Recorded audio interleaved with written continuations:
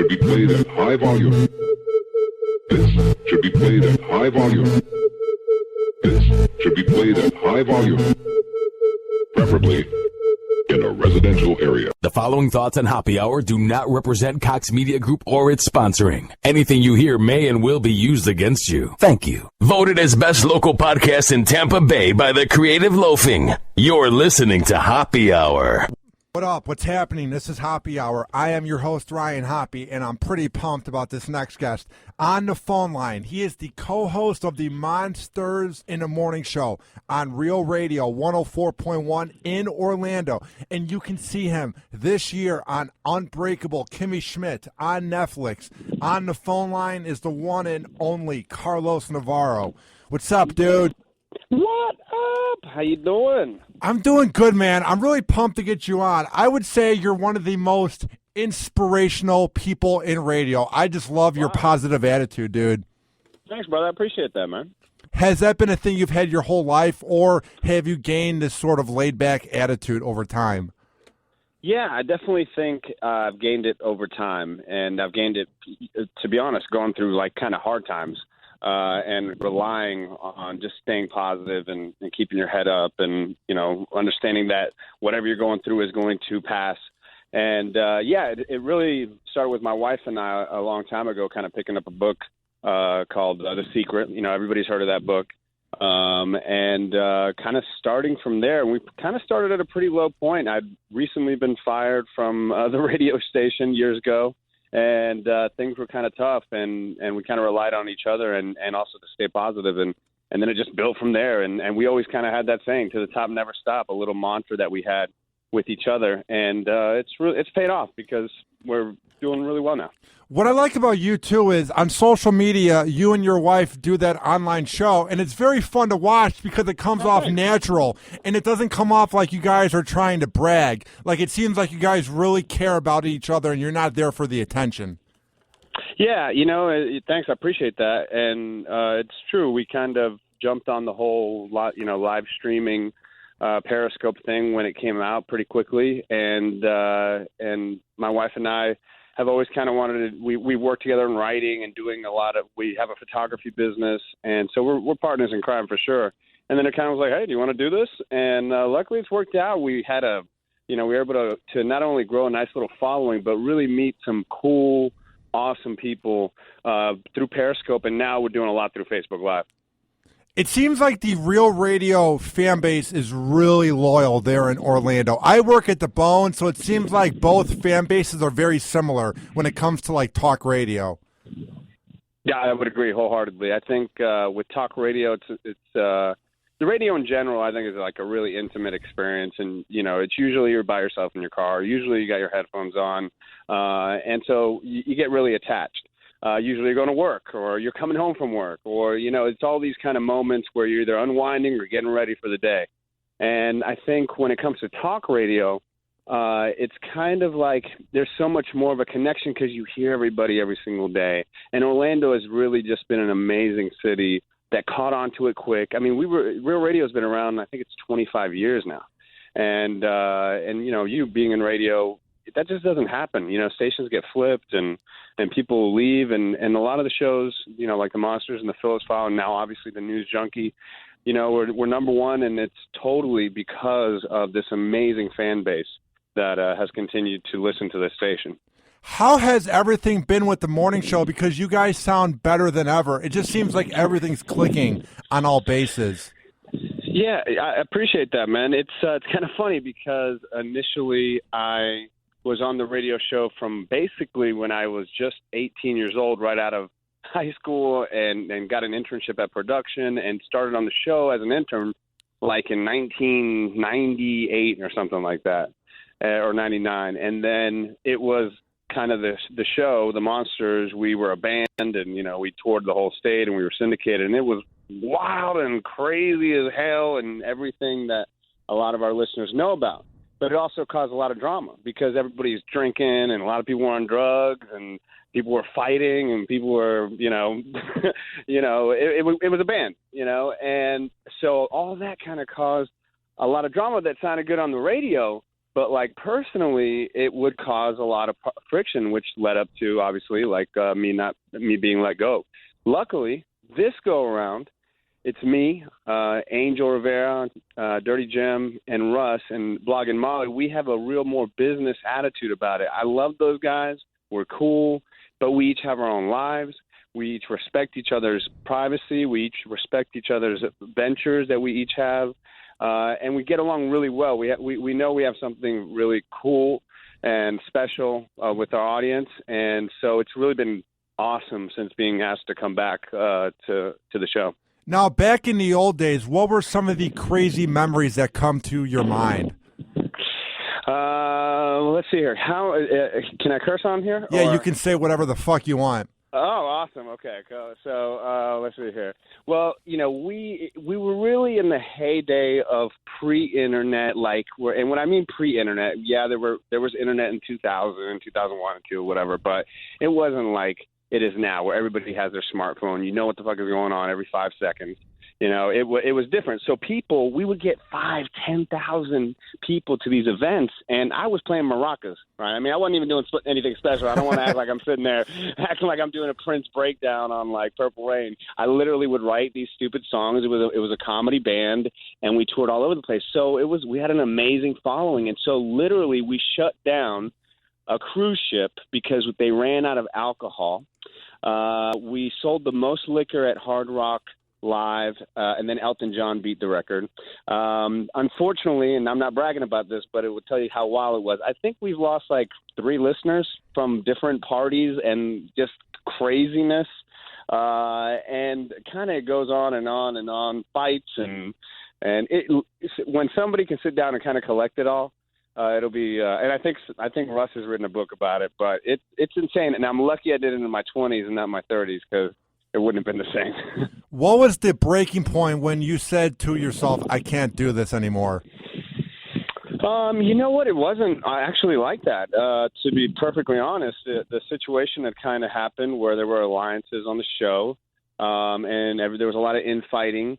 And Daniel and I at the time were very close, and we wanted to do our own thing, and Russ didn't like that, and it caused a lot of friction. And then we, basically, it just kind of wasn't working out. And so they said, you got to go. So it wasn't a choice where I was like, I'm ready to go. Now, it was played like that on the air, coincidentally. I kind of thought it was funny. They're like, Carlos is in L.A. I'm like, I am? I seem to be sitting in Orlando right now without a job. And so, I don't like to dig it all back up and be like, every single time it's just easier, because to be perfectly honest, it kind of was the best thing that needed to happen to me at that time.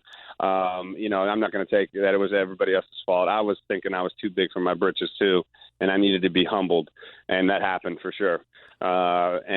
Luckily, I basically already had another job kind of lined up. I saw some things kind of happen, and I was like, and so I started working for EA Sports. Pretty much the day I got fired was the same day I had an audition for this TV show Prison Break, and for a new job with EA Sports as one of their producers.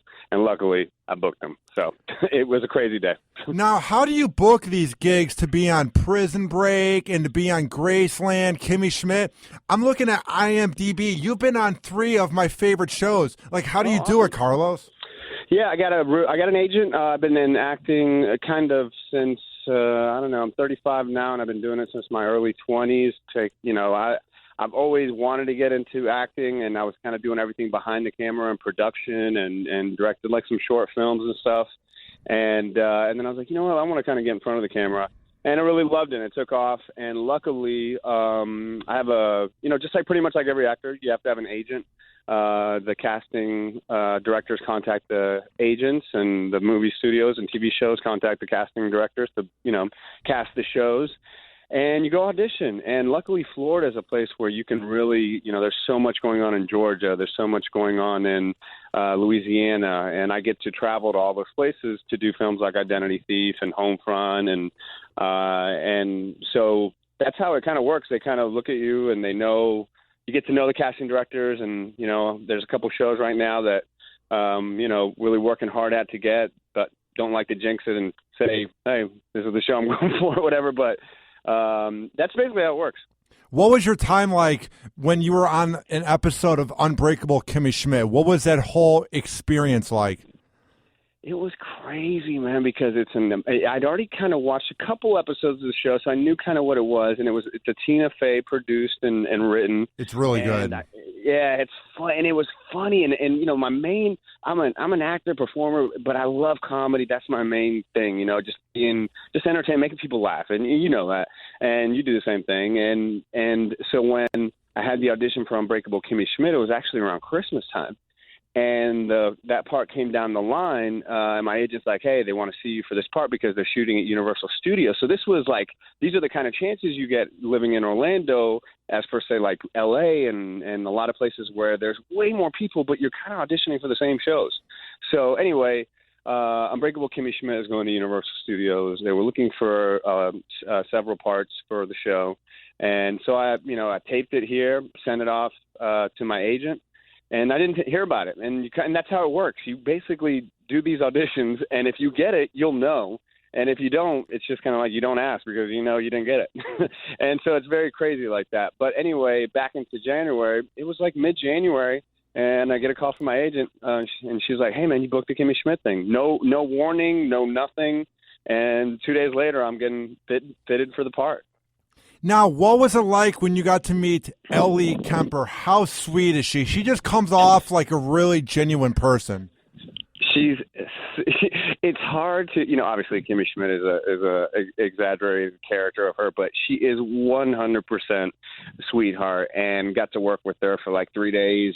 And I coincidentally, we work on the same film together, Identity Thief. We didn't do the same scenes together, so that's kind of nice when you're like, hey, you know, we worked on the set, and she immediately knew the parts and what we did, and she is a sweetheart, and she is funny as hell, you know, like just kind of, you know, so she's really good, and luckily the episode that I worked on, my co-star or I was a co-star to her, was Lisa Kudrow. So to work with Lisa Kudrow, Ellie Kemper, and Tina Fey was fucking unbelievable, to be totally honest.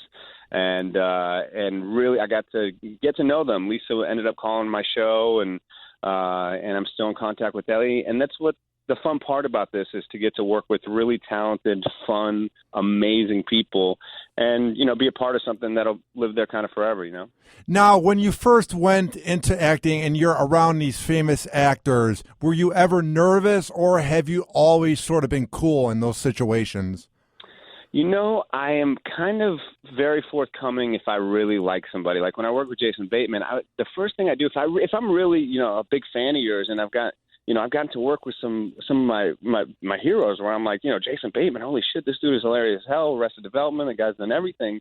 I get it out first. Like I walk up to him and I'm like, yo, I'm a big fan, because this is the truth. And then after that, just chill with them, you really are just trying not to annoy people and just be likable. And that's kind of like in life. I try and tell my daughter that all the time. I'm like, you can be smart as hell, you can be funny, you can be a lot of things. But if you're likable, you'll get a lot in life, because people just want to be around people that aren't going to give them a hard time. Or maybe make them laugh. And that's how it is on set. You're really in a confined space. And especially the scenes that we were doing, we did a lot of improv too. And he was just awesome. So I kind of really admire the people that I get to work with, because I didn't grow up in the business. I didn't have anybody in like, you know, here, come on, I'm a producer, Carlos. We'll put you in this next film and make you a star, see? I didn't have any of that. I had, you know, I'm a first-generation American. My mom's from Cuba. My dad was from Peru. And my mom just said, hey, you should get into entertainment. You'll be good. And luckily it worked out. So every time I get on a set like that, I'm just very grateful. Were you like a class clown growing up? Like, what did your mom see in you when she thought you should go into the entertainment business? You know, Ryan, it's funny. That's just one of the memories I always remember her. She was a crazy Cuban lady from New York that didn't take any shit, and she talked like this, and she said, listen, you motherfuckers, my son is going to be a star one day, and all of you laugh at him. And so she basically brainwashed me since I was a little kid. And she would get, my mom liked to party. She liked to have a good time. She, God rest her soul. But so she would take me into Calico Jacks, you know, right after baseball practice, and she'd be sitting in the seats having her little cocktail, and I'd get up on stage singing New York, New York karaoke, and she'd be clapping, that's my boy, that's my boy. And so I was doing this shit for a long, long, long time.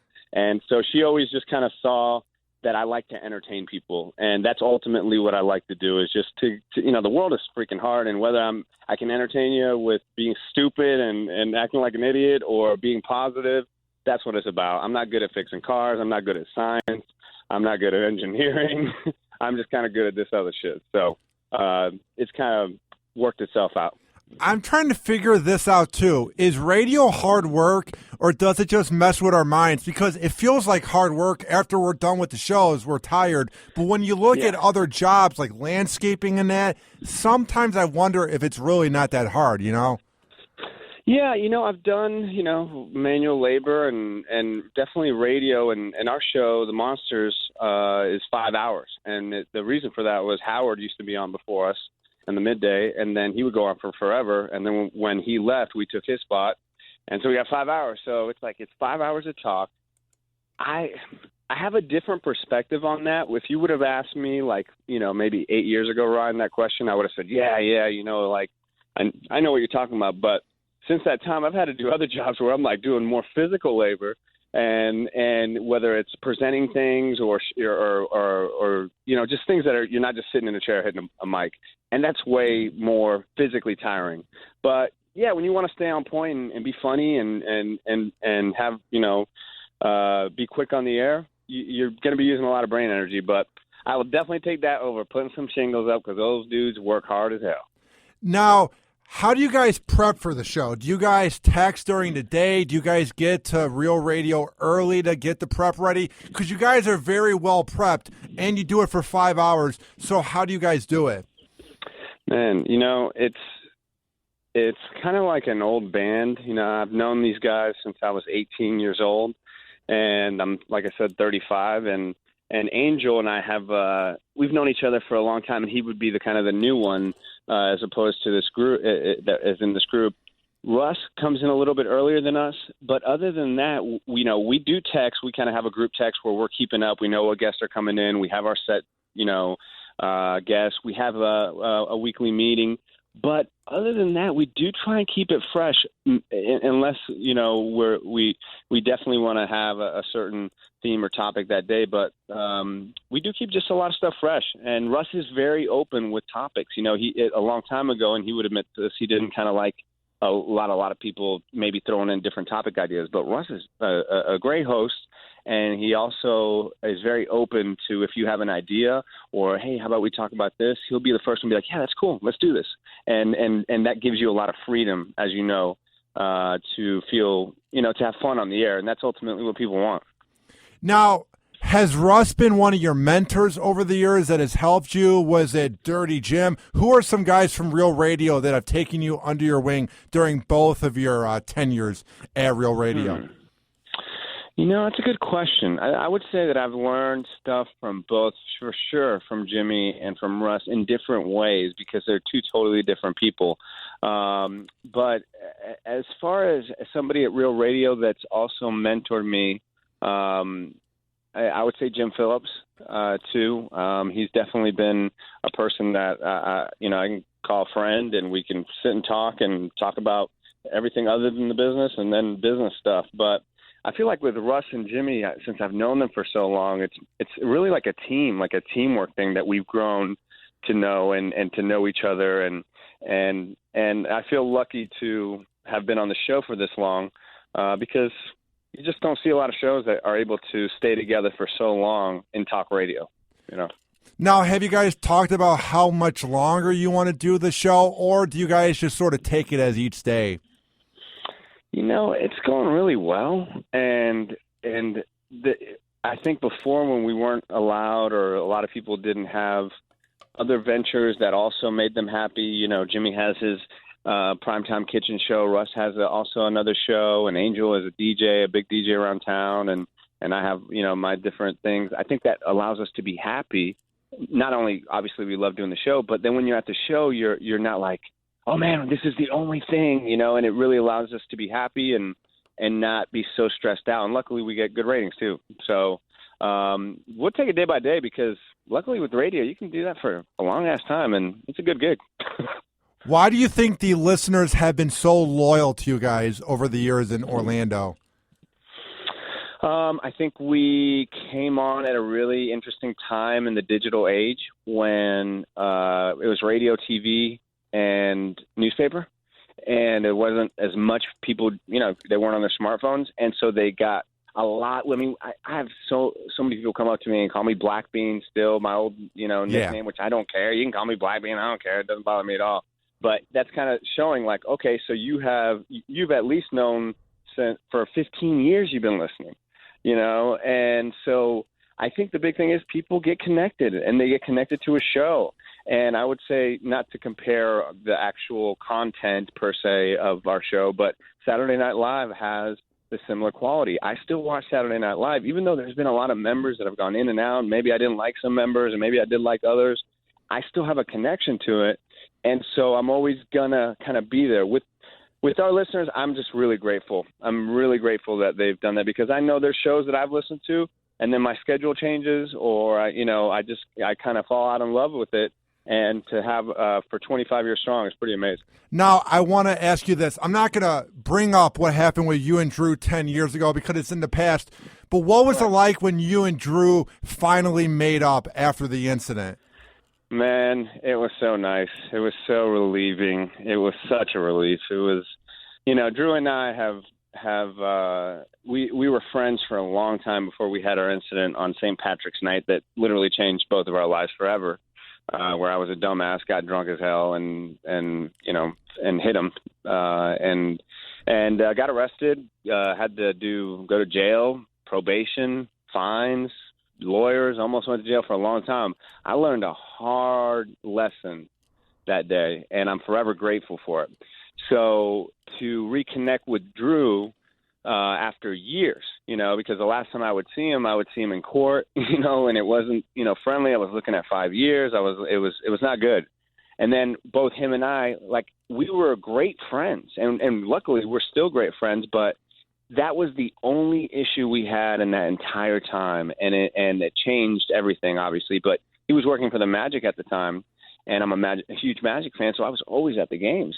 And I would see him, and it was awkward, and I would try and duck and hide because I didn't know how he was going to react, and I wanted to apologize face-to-face, but it wasn't, I didn't know where we were at. So luckily, through Facebook, I finally was like, what, fuck it, man. I'm just going to hit him up. And I hit him up, and I sent him a message, and immediately it was like, dude, he actually wrote back, dude, I was wondering why you were waiting so long. And I was like, oh, gosh, and luckily we've stayed good friends, and I really got a lot of respect for him because a lot of people would not be as nice to allow somebody that did that to them to back in their lives. And so I'm really happy, and I learned a lot about it. I didn't get to listen to Drew's show back on Real Radio because I was up in Chicago when I grew up. What was his show like back then? I've been able to listen to Drew from time to time when I'm in Tampa, and I love his show, first and foremost. And I think he's one of the smartest, just freaking fastest dudes that I've ever heard on the radio. And so I would say I can't 100% tell you, not knowing what his show is like right now, but it was real ball breaking. I mean, he knew exactly what he was doing on the radio, and he would piss people off. And him and Daniel, who I got to work with as well, were a great team as well. And I loved listening to them back in the day when they were on as a night show. And they did crazy ass shit, man. This was before FCC, when you could get away with strippers and crazy ass shit in the studio. You can't do that shit now. And in all honesty, that's kind of like 90s radio where, people don't want to hear that shit. And so he was crazy, and I think he's still doing it to this day, kind of pissing people off in a kind of, joking around way. Is there a part of you that misses the shock jock radio era? Even though it was hacky, I feel like it was good because you were allowed to be more outspoken with all the fake outrage, Yeah, I think I got lucky and was able to do that in the time when I was young enough to enjoy it and be wild and like right now, if with the phase I'm at, like trying to do different things, I wouldn't enjoy that. Even well, obviously it's hard to gauge because what the hell, if I have freaking strippers and chicks going crazy in front of me, I might be like, okay, it's still good, but I think it had its time, and and now you got to be a little bit more creative, and sure, that audience is always going to be there. And there are still some shows that do shit like that, and they have huge audiences. But if you notice, the greats like Howard, I'm a massive Howard Stern fan. Oh, yeah. I'm diehard, and if you notice his show, he rarely has strippers in there. And if he does, sure, he has some stuff that's but he knows the audience is smarter. The audience has evolved. If you want a lasting audience that's inclusive to everybody, you just can't get away with the racist, bigoted, sexist. You can do it jokingly, you can do it in characters and stuff like that, but to kind of try and be that shock jock like persona, I think that's dead. Dude, every time I listen to Howard, I feel like I'm going to a radio school. He's just an all-time great dude. You feel like you're learning how to do better broadcasts, I know. I love it. And coincidentally, he was the morning show when the Monsters were on in the midday. And we never really listened. We were kind of like, we were a little, trying to be well, we don't listen to Howard because we're here in Orlando. Back then it was like every radio show, fought every other radio show. It was a big deal. Now I don't give a shit about it. I pay attention to my radio show. And I ain't mad at you. For your radio show, you can do whatever the hell you want. But Howard, when I got let go the first time around, I was with my wife, and my wife was a massive Howard Stern fan, and her whole family was a massive Howard Stern fan. And I was like, all right, well, let me check him out. And ever since then, I've just been, a diehard, and I kind of, I'm sure you think the same way, which is like, okay, would Howard do this, on the air? And you were asking about mentors before. I, without a doubt, think about Howard on the air and how he would approach things and how to be honest and real with your listeners. I think that's what people have always appreciated about him, is that he's been real, and he's not playing a character. Sure, he's going to, act like this way and bitch a little bit more and whatever, but ultimately he is real. And I think that's what people need now, and that's what people, go to. Now, where can people find your work and find everything you're up to before I let you go? Yeah, no doubt. You can check out my website. It's I am Carlos Navarro, and that's Navarro like Dave Navarro, .com. And you can see all my, a lot of my work up there, but you can hit me up on all social media sites on there as well, from Periscope to, Instagram and all that stuff. But, yeah, but mostly, listen to the Monsters every Monday through Friday, 6 to 11, and that's where you can find me on Real Radio. Well, dude, keep up the good work. I just love seeing man. your posts on Facebook and on Twitter. It's so inspiring, and it just puts a smile on my face because most of the crap on social media is negative, so it's nice to see someone in radio be positive, Well, dude, I appreciate that, Ryan. I appreciate you asking me to come on your show. And, hopefully we'll get to do this again. Sounds good. I would love to have you on again, my man.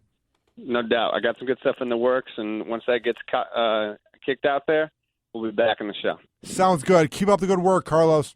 No, yeah. All right, bye. Happy Hour. Happy Hour.